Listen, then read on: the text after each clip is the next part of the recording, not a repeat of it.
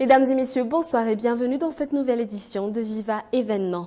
Au sommaire, le Conseil des ministres de cet après-midi vient d'adopter le décret entérinant le calendrier électoral révisé pour les prochaines élections.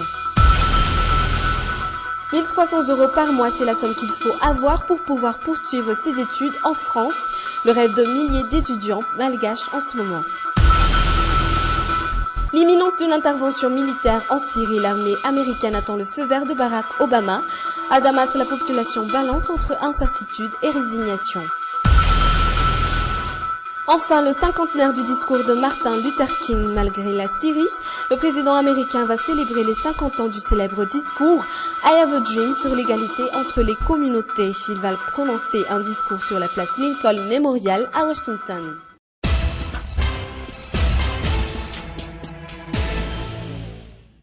Comme il a été annoncé dans le sommaire, un conseil de ministres s'est tenu cet après-midi au palais d'État d'Iavlou. Le décret entérinant le calendrier électoral révisé pour les prochaines élections fut pris au cours de ce conseil. Le président de la transition et le premier ministre se sont donné rendez-vous à l'issue de ce conseil pour tenir une séance de travail relative aux modalités adoptées dans la procédure de remplacement des 4 membres du gouvernement de transition d'Union nationale candidats aux élections présidentielles. Quelle est maintenant la position de la mouvance Ravalomanan après le rejet de la CES hier de leur requête? En ce moment, ses membres sont encore en pleine réunion, mais aucune information n'a filtré de ces réunions pour le moment. De son côté, sauf changement de programme, l'ancien président Marca Ravalomanan aurait déjà rencontré les membres de la SADC ce jour selon certaines indiscrétions. La mouvance Ravalomanan projette de quitter la feuille de route, décision qui ne convainc pas tous les partisans de Marca Ravalomanan, comme Piero Boutsaz, qui estime que ce n'est pas la solution à leurs problèmes. Il exige qu'on prenne des dispositions spéciales pour sa mouvance. Politique toujours, Catherine Ashton s'est exprimée ce jour sur l'évolution de la situation politique malgache. Par le biais de son porte-parole, la haute représentante s'est réjouie des progrès récents accomplis à Madagascar suite à la publication par la Cour électorale spéciale de la liste définitive des candidats à la présidentielle. L'adoption par la Commission nationale indépendante pour la transition d'un nouveau calendrier électoral permettant de tenir les élections présidentielles et législatives cette année.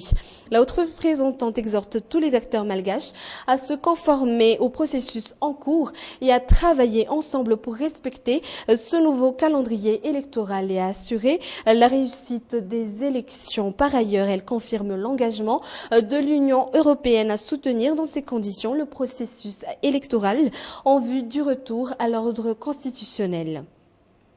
C'est ce qui clôt les actualités politiques. À la page sociale à présent, la cour du ministère des Fonctions publiques et des lois sociales à 67 hectares était le théâtre d'une manifestation organisée par les postulantes au travail à l'étranger. Ce matin, elles exigent la reprise de l'envoi des travailleurs malgaches dans les pays arabes comme le Liban ou l'Arabie saoudite. Tout de suite, les détails dans ce reportage de Mambaoka Fechanienne sur les images de Yves Janel. 67 hectares dans les locaux du ministère de la Fonction publique, du Travail et des lois sociales. Cette troupe de jeunes femmes peut partir travailler à l'étranger, notamment dans les pays arabes comme le Liban, l'Arabie saoudite et le Koweït. Elles exigent qu'on leur donne une autorisation. Cela fait maintenant 5 mois que je suis dans la capitale et j'attends toujours mon départ. Maintenant, je n'ai plus d'argent. Nous demandons des solutions à ce problème. Nous n'avons plus d'argent pour envoyer nos enfants à l'école. Elles ont tous un contrat. Nous sommes venus ici dans l'espoir de trouver des solutions à leurs problèmes. Elles étaient reçues par le ministre de la Fonction publique, du Travail et des lois sociales, le premier responsable de l'octroi de la fameuse autorisation. Comme à son habitude, la forte tête du gouvernement d'Union nationale leur a donné une réponse des plus inattendues. Je vous conseille d'aller à Mazouarif pour rencontrer le Premier ministre, former une délégation et placez-vous devant le portail du palais d'État. Nous avons déjà décidé de reprendre l'envoi des travailleurs malgaches à l'étranger, mais c'est le gouvernement qui en a décidé autrement. Cet après-midi, lors du Conseil des ministres, le président de la transition était clair à ce sujet. Des mesures strictes doivent être prises, notamment au niveau du ministère de la fonction publique du travail et des lois sociales, pour mettre un cran d'arrêt à ce fléau.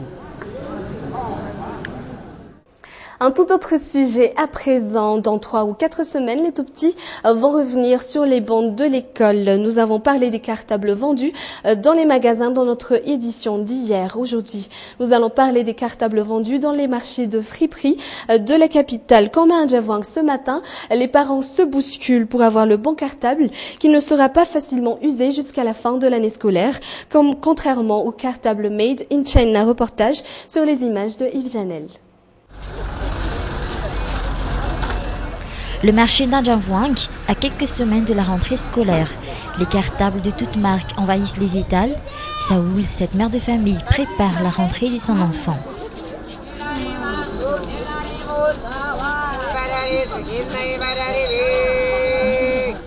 Elle a fait le déplacement à Ndjavouang pour chercher le bon cartable pour un enfant de 5 ans. C'est vrai que les prix sont assez élevés, mais la qualité est là. J'ai déjà acheté des cartables made in China, mais en 2 mois, ils sont déjà usés.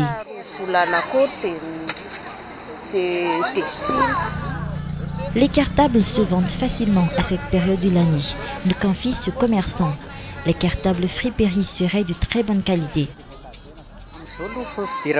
En cette période de rentrée, nous ne déballons que des balles de friperie de cartables.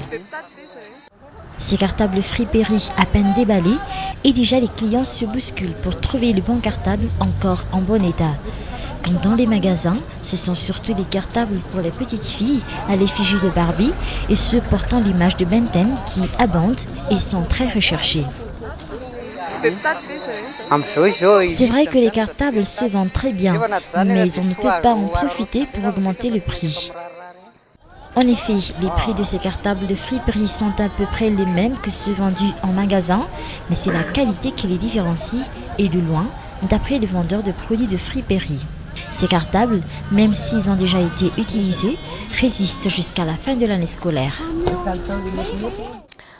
En parlant toujours de rentrée scolaire, les parents doivent aussi acheter certains livres pédagogiques exigés par les écoles comme la méthode Bocher, ce manuel de lecture et d'écriture syllabique française utilisé surtout dans l'enseignement primaire mais dont le prix est très élevé. C'est un reportage de Anna Muriel. Dans cet étalage, le livre pour les tout-petits, la méthode Bocher, est en tête des meilleures ventes journalières.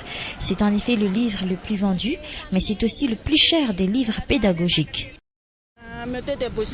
Ce livre est maintenant vendu entre 15 000 ariars et 16 000 ariars. Nous les achetons chez les Karan à Terlalan. Cette méthode de lecture et d'écriture syllabique classique française est hors de prix. Voilà maintenant 30 ans que l'offre ne suit plus la demande, ce qui expliquerait l'énorme prix de ce livre. D'autant plus qu'il n'y a aucun livre qui pourrait le remplacer pour le moment.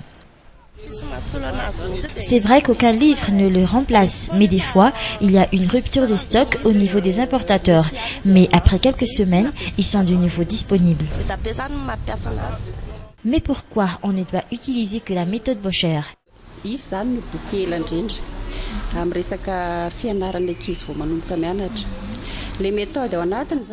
C'est le manuel d'apprentissage de la lecture et de l'écriture le plus ancien pour les tout-petits. Sa méthode est reconnue depuis longtemps, elle est très efficace, ce qui a fait sa renommée. Elle est surtout utilisée par les écoles d'expression française. Aujourd'hui, il existe certains livres qui ont été élaborés à partir de la méthode Bocher, mais ils sont encore inconnus. C'est pourquoi la méthode Bocher reste la plus utilisée en classe.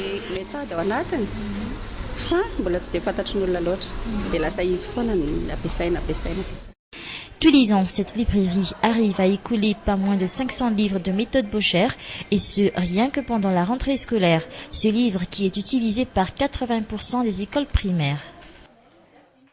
Voilà pour la rentrée des tout-petits, mais il y a aussi les plus grands. Combien souhaitent poursuivre leurs études à l'étranger? Beaucoup. Mais combien en réalité peuvent le faire, surtout quand on n'est pas boursier? Nos journalistes ont rencontré quelques jeunes qui sont sur le point de partir pour l'étranger pour étudier. Reportage. Il s'agit d'une réunion de préparation des étudiants au départ pour la France. Taïn en fait partie. C'est la première fois qu'elle va partir dans ce pays.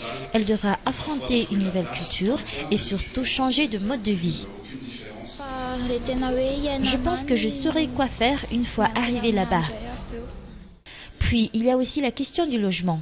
Là-bas, le loyer mensuel d'un studio tourne autour de 120 jusqu'à 350 €, soit 336 000 arrières jusqu'à 980 000 arrières. Ceux qui ont des familles qui peuvent les héberger sont exempts de ce problème, comme Maïr.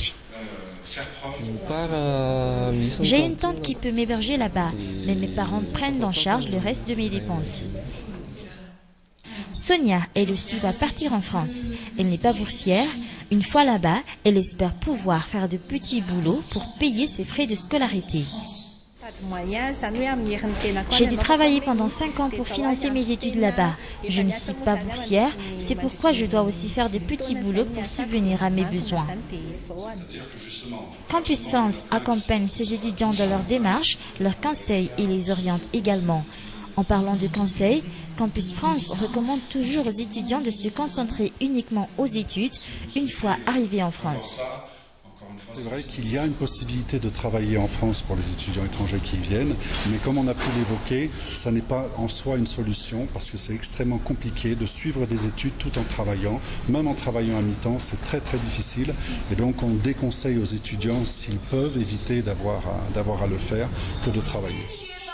Pour un étudiant qui poursuit ses études en France et qui n'est pas boursier, il lui faut 1 300 € par mois en minimum, soit 3 640 000 arrières par mois, et ce jusqu'à la fin de l'année universitaire.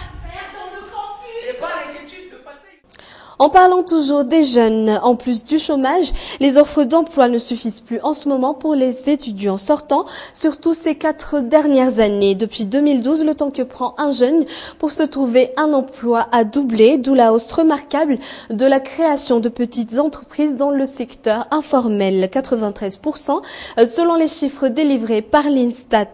Le secteur informel qui attire 52% des jeunes sans emploi en ce moment. Selon toujours l'Instat, le secteur informel produit plus de 7 472 milliards d'arrières, 840 milliards de profits seulement pour les quelques 3 312 000 personnes travaillant dans ce domaine. Une somme qui n'entre pas dans la caisse de l'État, mais qui représente pourtant 24% du PIB, une situation due à la crise incessante que traverse le pays, d'où l'instabilité du PIB qui est descendu jusqu'à 1,9, c'est 4,9 en 2005. Les jeunes et l'emploi, seulement 30% d'entre eux ont un emploi actuellement et pourtant 53% d'entre eux seulement seraient satisfaits du travail qu'ils font et continuent à chercher autre chose. D'après les chiffres avancés par l'Instat, le nombre de jeunes entrant dans le secteur informel continue à augmenter d'année en année. Illustration dans ce reportage de Zura Mianchsu et de Mambaoka Fechanien. Azzatine est entré dans le monde du travail à 19 ans seulement. En ce moment, il travaille pour une chaîne audiovisuelle comme journaliste reporter d'images. C'est la 4e entreprise dans laquelle il travaille en 4 ans. Toutefois, Azzatine n'est pas encore satisfait du travail qu'il fait. Il continue à viser plus haut. D'une part, comme dans le cas de Azzatine, 56% des jeunes qui travaillent en ce moment ne sont pas tout à fait satisfaits du travail qu'ils font.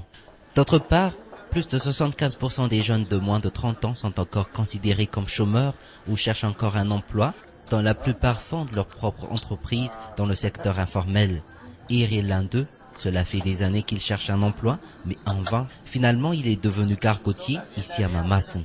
Cependant, Ir ne se plaint pas de la vie qu'il mène en ce moment. En général, c'est le manque d'expérience de ces jeunes qui fait que les entreprises refusent leurs demandes d'emploi. Qui plus est, les offres d'emploi ne sont pas encore assez nombreuses venant des sociétés déjà existantes. Et notre édition se termine ici. Merci de l'avoir suivi. Excellente suite de programmes sur Viva.